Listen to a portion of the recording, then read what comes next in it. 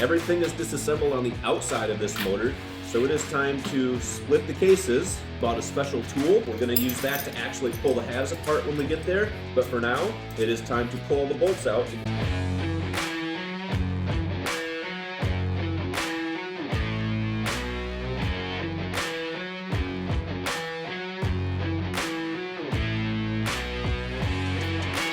All of these gears are loose. Everything is loose.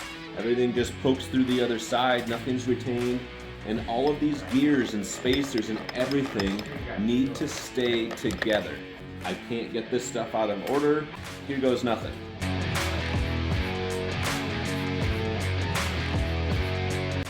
Check this out right here.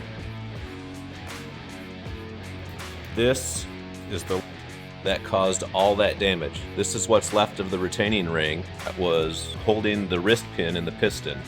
And this came out and caused it to lock up, and this was down in the bottom of the crankcase. And it would have been a total failure had we just put it back together done a top end kit.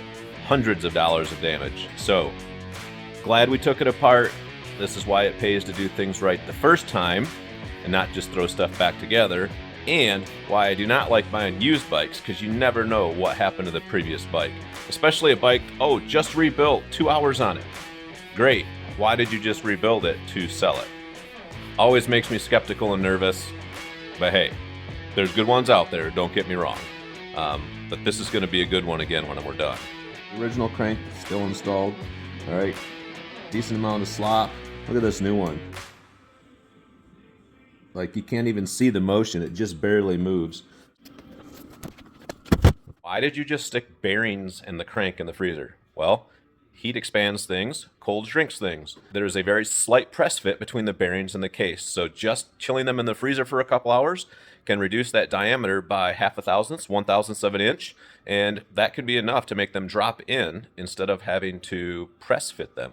Even if we still have to press them, they'll press in easier.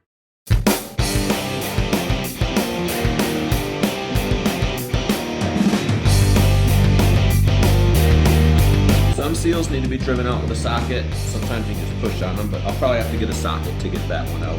Just drive it in, and then we'll drive it back into the new socket from the back side. We have this special tool, it's called a seal puller, that you use to pop in here and pop out the seal. It's that easy.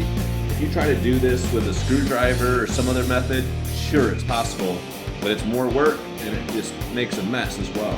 Having the right tool for the job is definitely helpful.